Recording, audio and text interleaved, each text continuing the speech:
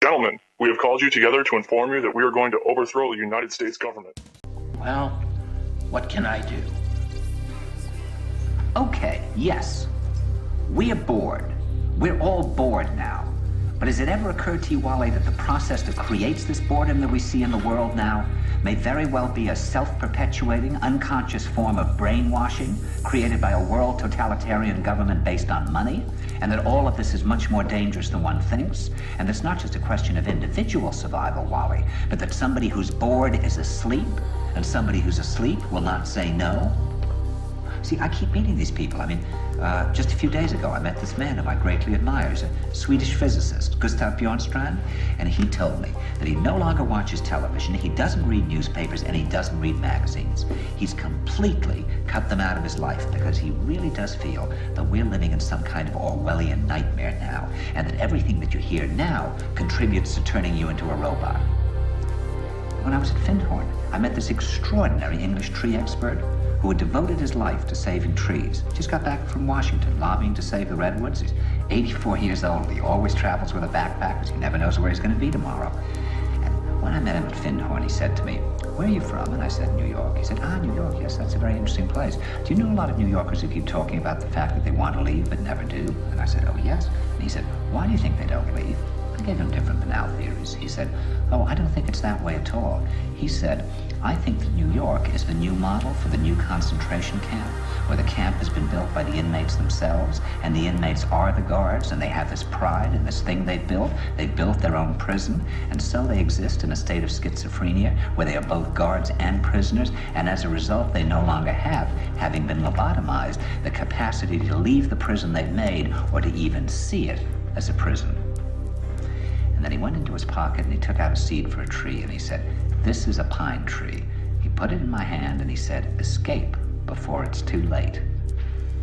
See, actually for 2 or 3 years now, Chiquita and I have had this very unpleasant feeling that we really should get out.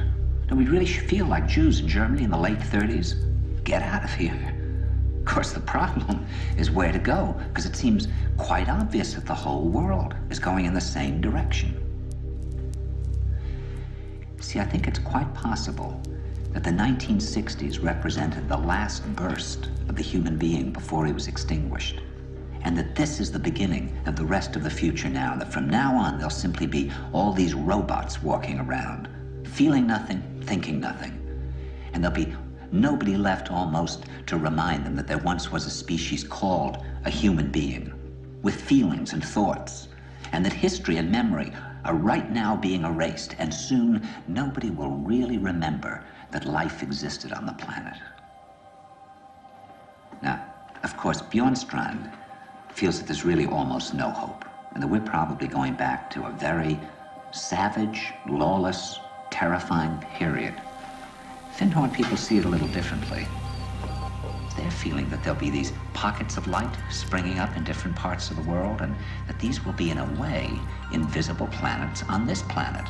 And that as we, or the world, grow colder, we can take invisible space journeys to these different planets, refuel for what it is we need to do on the planet itself, and come back. And it's their feeling that there have to be centers now where people can come and reconstruct a new future for the world. And when I was talking to Gustav Bjornstrand, he was saying that actually these centers are growing up everywhere now. And that what they're trying to do, which is what Findhorn was trying to do, and in a way, what I was trying to do. I mean, these things can't be given names, but in a way, these are all attempts at creating a new kind of school or a new kind of monastery. And Bjornstrand talks about the concept of reserves, islands of safety, where history can be remembered and the human being can continue to function in order to maintain the species through a dark age. In other words, we're talking about an underground, which did exist in a different way during the Dark Ages among the mystical orders of the Church. And the purpose of this underground is to find out how to preserve the light, life, the culture, how to keep things living. You see, I keep thinking that what we need is a new language. A language of the heart. Languages in the Polish forest where language wasn't needed. Some kind of language between people that is a new kind of poetry. That's the poetry of the dancing bee that tells us where the honey is.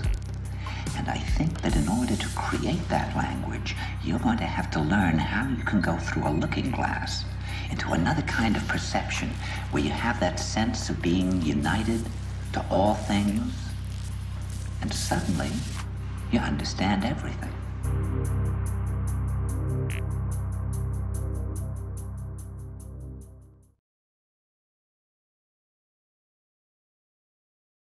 Gentlemen, we have called you together to inform you that we are going to overthrow the United States government.